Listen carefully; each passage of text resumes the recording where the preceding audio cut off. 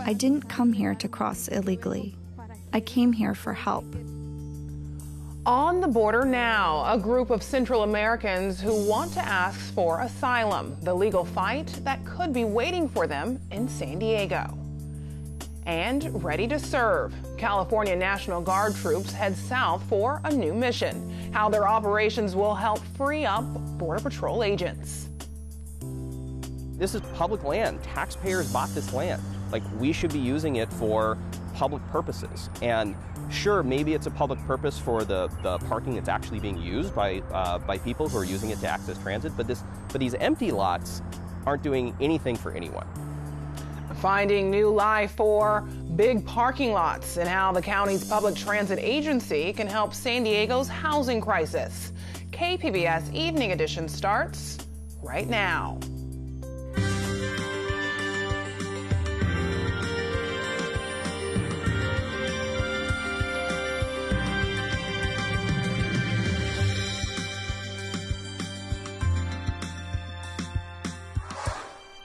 Good evening and thanks for joining us. I'm Ebony Monet.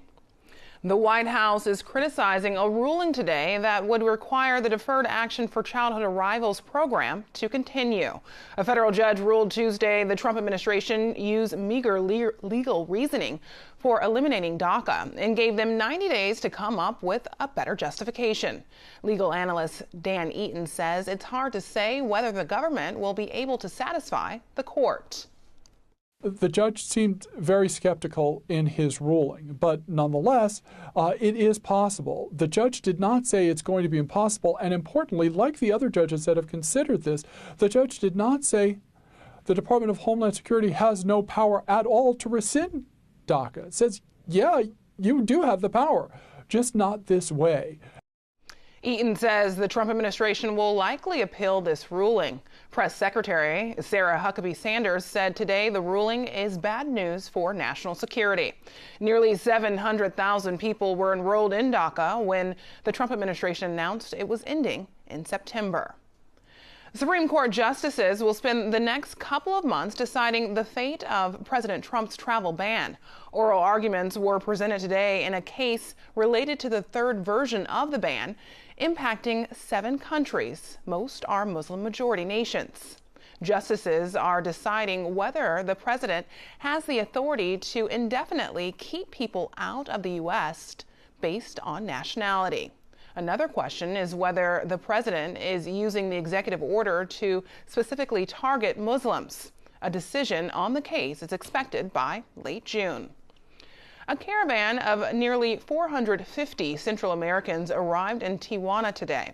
On Sunday, they plan to ask for asylum at the San Ysidro port of entry.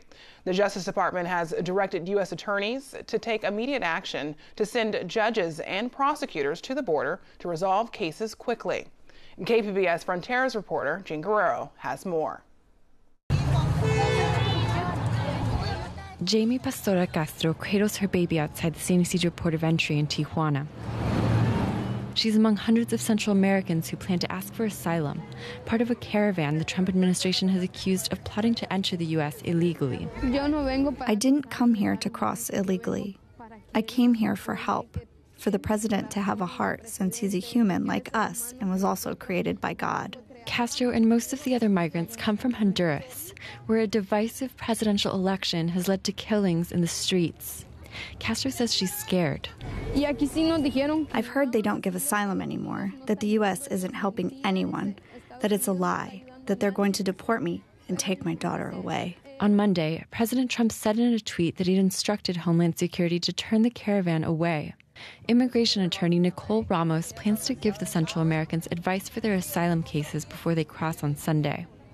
She says Trump's instruction can't be implemented because U.S. and international law require that asylum seekers get a fair hearing. I think it's just a way for him to rile up Americans who fear brown immigrants invading their borders, to create this image that a caravan of Central Americans are coming to descend upon America. KPBS has reached out to Homeland Security for clarification on its statement that the caravan intends to enter illegally, but is yet to hear back.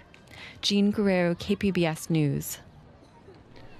After the back and forth between the White House and the governor's office last week, Homeland Security is planning for the arrival of the California National Guard. KPBS military reporter Steve Walsh has the story. Last week, President Trump was still hurling insults on Twitter, saying he wouldn't pay to call up the California National Guards on the conditions set by Governor Jerry Brown. But Homeland Security confirmed it as an agreement with the Defense Department. The Guard is expected to begin arriving this week. They'll perform all sorts of secondary roles to free up Border Patrol agents, everything from administrative duties to surveillance and camera operation. The California National Guard already works closely with Homeland Security and other federal law enforcement. Videos posted online over the past several years show the California National Guard Counter-Drug Task Force providing air support and working to eradicate illicit marijuana crops. The governor declared they won't be involved in immigration enforcement. Homeland Security says they will be involved with the Border Patrol in a multi-layered effort to target illicit networks trafficking in people, drugs, illegal weapons, and money. Steve Walsh, KPBS News. Commander Dave Myers with the San Diego County Sheriff's Department is running to unseat incumbent Sheriff Bill Gore. The county sheriff's race is nonpartisan, but Myers is a registered Democrat. Dave Myers spoke with KPBS Metro reporter Andrew Bowen for this candidate interview. So Dave Myers, you're a 33-year veteran of the Sheriff's Department. Why did you decide to run for the sheriff? After 33 years, it was a decision that came to me kind of slowly. Right now I'm at the commander level. I think what struck me the most was the resistance from my peers for the change. The San Diego County Board of Supervisors recently voted to support the Trump administration lawsuit against some various sanctuary state laws in California. And the sheriff initially said they should stay out of it. He later sort of walked that back and said that he didn't want to tell them how to do their jobs. What do you see as the sheriff's role in providing advice to the policymakers? Exactly that. The sheriff has an obligation, especially when it came to SB 54, which was all about law enforcement, which was all about the collaborative efforts between a federal law enforcement agency and a local law enforcement agency that have concurrent jurisdiction along an international border. It is the sheriff's role to advise policymakers on what actually is occurring. And what's actually occurring is what I've seen and started back in 2008, where I created a program called Operation Stone Garden and Border Crime Suppression Team, which is now the national model for how local law enforcement agencies work along an international border with federal law enforcement agencies. And it doesn't include immigration enforcement. It has nothing to do with immigration enforcement. It has everything to do with enforcing state laws against those who would exploit a region along a border. You've said you would not support Assemblywoman Shirley Weber's bill, which would largely restrict the officer's ability to use lethal force. Why? It doesn't make sense to me. It essentially chronicles a step-by-step process to get to deadly force. I've been involved in 2 shootings in my career on duty. A person had a gun held to my head and pulled the trigger. Luckily, that bullet didn't go off, but the other 2 did. We had an exchange of gunfire. Based on her bill, based on the language in her bill, I would have to have some sort of verbal communication before shooting. I would have to explore other force options, mace, taser, and then in my mind have the ability to think then I go directly to deadly force. The second instance, a security guard shot at me from about 50 or 60 yards away. Bullets went up one side and down the other. There was no time to say, no, stop shooting, let me think, are there other options? I had to respond with like force to stop the threat. I think we should concentrate on what I've said for a long time, which is let's start with cultural competency training. Let's start with exploring and understanding who we are within an agency. Within the Sheriff's Department, we don't even talk about implicit bias. We don't even discuss even if it's there. Look at all the data we have. San Diego State did a study on the data for San Diego police. I think we should do the same. Make it very public, very transparent. Then have a discussion of where it goes. De-escalation. It has to start in the academy. And it has to be ongoing training so we're not chasing people through backyards when we know where they are. And then we, in turn, create the conflict. And then what happens is when law enforcement encounters a black man, they see a gun in his hand. But when law enforcement encounters a white man, they don't. There is something inherently wrong in that narrative. And the bill that Dr. Weber, and she's so progressive in so many other ways, that this is not the way forward for law enforcement. Why should voters pick you over the current sheriff, Bill Gore? There has to be a cultural shift in law enforcement, and it has to start now. It has to start with building that trust back up. We're seeing increasing cases within our jail system where loved ones are dying for no reason, whether they're suicides or a recent case to just publicize where the only way to control an individual in a very controlled situation was to gang fu the person. And essentially it smothered the person to death. That's not who we are. Hate crimes, we're seeing a triple-digit increase in hate crimes around San Diego County, but we're not talking about it. We're not talking about a culture within law enforcement that I got in many, many years ago that I absolutely love because I see the benefit of what it brings to a community to make them feel safe and secure. But somehow we got away from that. We got away from that. We're seen as the invaders now. We're not seen as community partners. And if we don't stop that process now, if we don't continue to be open and transparent, not hide behind certain laws that says we can't tell you what we're doing, we can't show you what we're doing, then it's going to take generations to change that back. Dave Myers, thanks so much for talking with us. Thanks for having me. KPBS has reached out to Sheriff Bill Gore's campaign repeatedly for an interview. Gore's campaign has stopped responding to our request. Our invitation for Sheriff Gore to join us still stands. As the June primary nears, KPBS News will continue to reach out to candidates. You can see more of our election coverage at kpbs.org. Local health officials say they believe new numbers show the flu season is coming to an end. There were 2 flu-related deaths reported last week. 101 lab-confirmed cases were reported, down from 175 the previous week. Overall, 341 people have died during the local flu season, an unusually high number. 86 deaths were reported this time last year.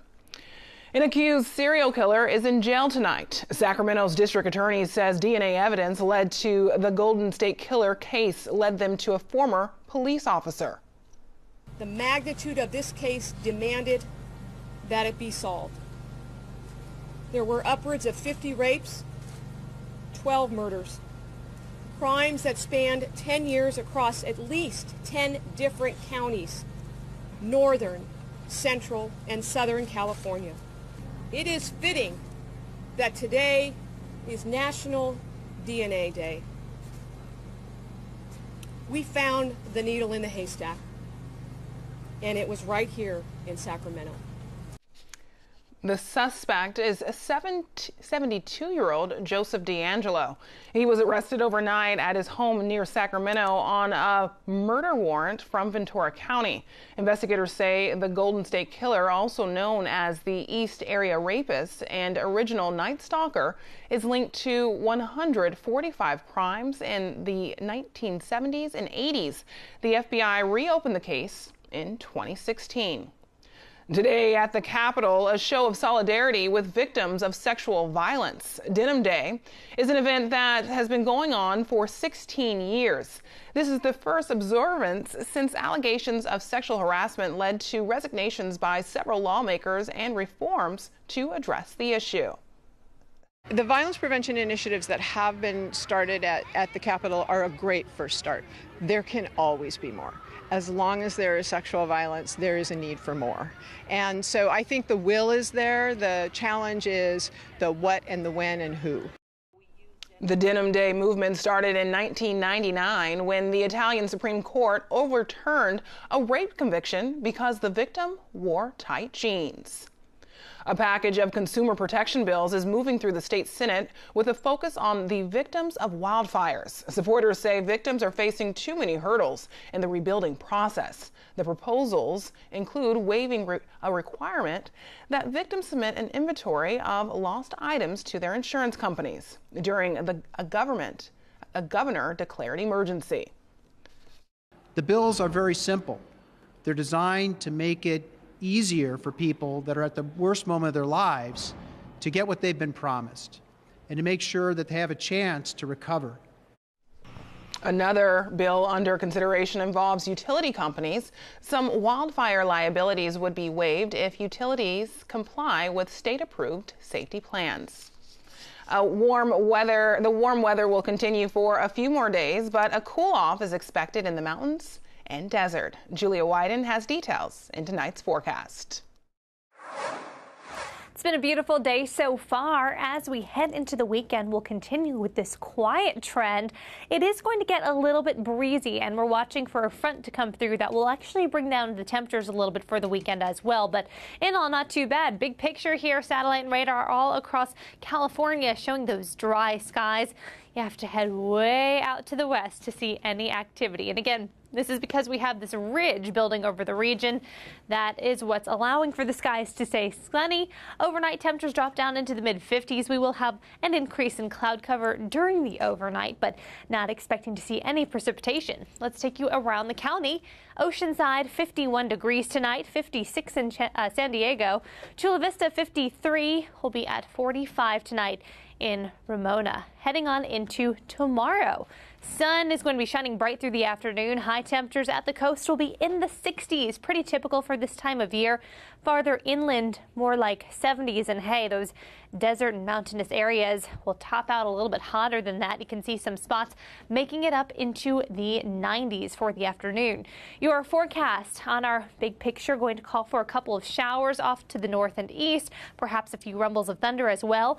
Onshore wind flow makes it a little bit cooler in coastal zones, while folks in the mountains and over towards the deserts will be quite a bit warmer. But again, that's why our temperature in the San Diego area is likely going to be typical for this time of year. Highs in the 60s for Thursday, Friday, and even straight through the weekend. Let's take you to areas a little bit farther inland. Temperatures here going to be in the mid-70s as we wrap up the week. Heading into the weekend, coming down a touch again. That cold front comes through. It will be dry, though, as it passes, so just expect a mix of sun and clouds and temperatures that drop a couple degrees farther inland. Mountain areas will see a dip in temperature from mid and upper 60s on Thursday and Friday to low 60s for Saturday and Sunday. And finally, for your desert areas, highs going to be in the 90s the next couple of days, dropping to 80s beyond then. Back to you, Ebony. California drivers may soon have a better shot of getting a decent DMV photo. The state Senate is considering a plan that would allow people to pay a fee for up to 3 photos and choose the one they like best. The bill is moving forward after passing a committee this week. Drivers would also have the option of taking a photo elsewhere and using it for their ID. Money generated would go towards drivers' education programs at public schools. Gas tax money could be used to pay for more than $500 million in local road projects. The San Diego County Board of Supervisors voted today to submit a list of projects to the state that would qualify for funding. The list accounts for 180 miles of road resurfacing. City officials say they want to focus on new home construction near public transit to reduce car dependence and lower greenhouse gas emissions. KPBS Metro reporter Andrew Bowen says the county's main transit operator, MTS, owns acres of vacant land that could play a key role in solving the housing crisis. We're at the Grantville trolley station right now. This is a 9-acre parcel of land that the MTS transit station owns. Most of that land is taken up with about 250 parking spaces. Colin Parent is executive director of the nonprofit Circulate San Diego, which advocates for smart growth policies across the county. The Grantville station is on the Green Line trolley, just west of SDSU. Right now, about 2/3 of the parking spaces here are empty. It's a similar story at a number of other parking lots and vacant parcels of land owned by the Metropolitan Transit System. Parent says that's a shame. This is public land. Taxpayers bought this land. Like, we should be using it for public purposes. And sure, maybe it's a public purpose for the parking that's actually being used by people who are using it to access transit, but these empty lots aren't doing anything for anyone. Circulate San Diego released a report today on how MTS can do a better job at encouraging more smart development on its land. First, it recommends MTS more actively seek out proposals through a competitive bid process. Second, it recommends lowering unnecessary parking mandates. And third, it recommends requiring developers to include low-income affordable housing in their projects. We're having a housing crisis. It's an affordability crisis. We need to make sure that that working people are able to continue to live in San Diego. There's also an environmental reason. People who are low income are much more likely to not own a car and to ride transit. So it's better for the agency's bottom line, and it's better for our greenhouse gas emissions to make sure that we have some low-income opportunities adjacent to transit. MTS has been successful at getting some of its land developed into housing. At the 62nd Encanto trolley stop, 67 apartments reserved for low-income renters are currently under construction. MTS spokesman Rob Shoup says the agency approved the project in 2014. MTS, we're a transportation agency, and so we like to keep some of our assets for people to park. So we kind of work together with developers to preserve some parking for our transit riders, and then the developer just knows it's incumbent on them to get the entitlements and to get financing, and sometimes that's what takes so long. Everybody has great ideas, but you've got to get a bank behind you and give you the money to build. MTS does have a small real estate department, and Shoup says it's actively looking for development partners. We are open to all development suggestions. We're open to developers. We're open to brokers coming to us. I mean, our properties, it's all on our website. Our properties are big. They're very apparent. People know about them, and so we welcome all comers to get the highest and best use out of our property. That being said, MTS has not made a habit of issuing requests for proposals, or RFPs, for the land they own. That would allow them to lay out their ideal scenario for development and perhaps get a broader range of responses from developers. If progress on developing MTS land has been slow, Colin Parent does not blame the agency's staff. He says ultimately it's up to the board of directors, made up of local elected officials, to demand better. It's challenging to do development. It's challenging to have these conversations with neighbors and people who are going to be impacted. And so it's just easier not to take any action.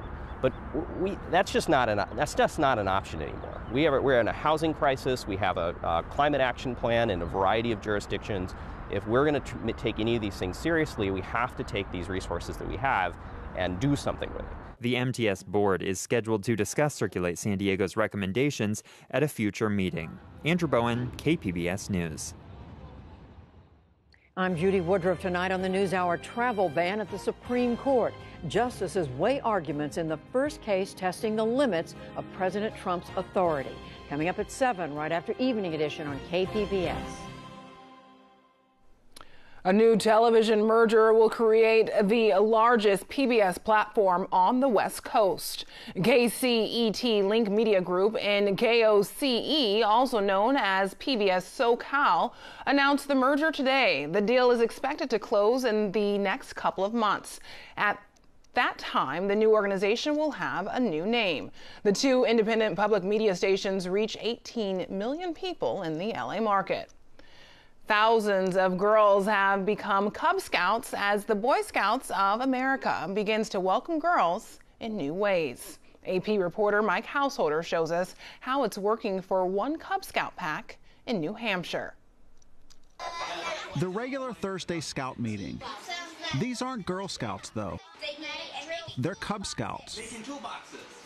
6 months after announcing an historic change, the Boy Scouts of America has begun admitting elementary school-aged girls into its Cub Scouts program. New Hampshire's Daniel Webster Council, which includes PAC 154 in Durham, is among more than 170 nationwide taking part in an early adopter program. Our PAC leadership had been very supportive of this move when it was first announced, and so when they decided to have an application process to allow some troops to be early adopters, some PACs to be early adopters, our PAC leadership just really jumped on that opportunity. And starting early next year, girls will be allowed to work toward earning Scouting's most coveted rank, a move that captured the imagination of 10-year-old Tatum Weir and her twin brother Ian. My goal is to be an Eagle Scout with my brother, so be the first boy or girl twins. And I also want to do it with my best friend Eliza. The Scout is trustworthy. Boy Scouts officials say the move to integrate is aimed in part at making things more convenient for busy families. Cheerful. The Girl Scouts have been sharply critical of the move and vowed to double down on their commitment to empowering girls. So we strongly feel that girls need an opportunity to be in a program designed with those concepts in mind that will challenge them with their interests in today's 21st century world. Den leader Tuck Pescasolido says some girls joined because their brothers were involved, while others were drawn to the activities offered. For the new girls that are in the program, I think a lot of it is just they have interest in some of the activities that Cub Scouts traditionally do. Regardless of gender, PAC 154's leaders hope to see their young charges leave their mark on Scouting. Mike Householder, The Associated Press. You can find tonight's stories on our website, kpbs.org/evening edition. Thanks for joining us. Have a great night.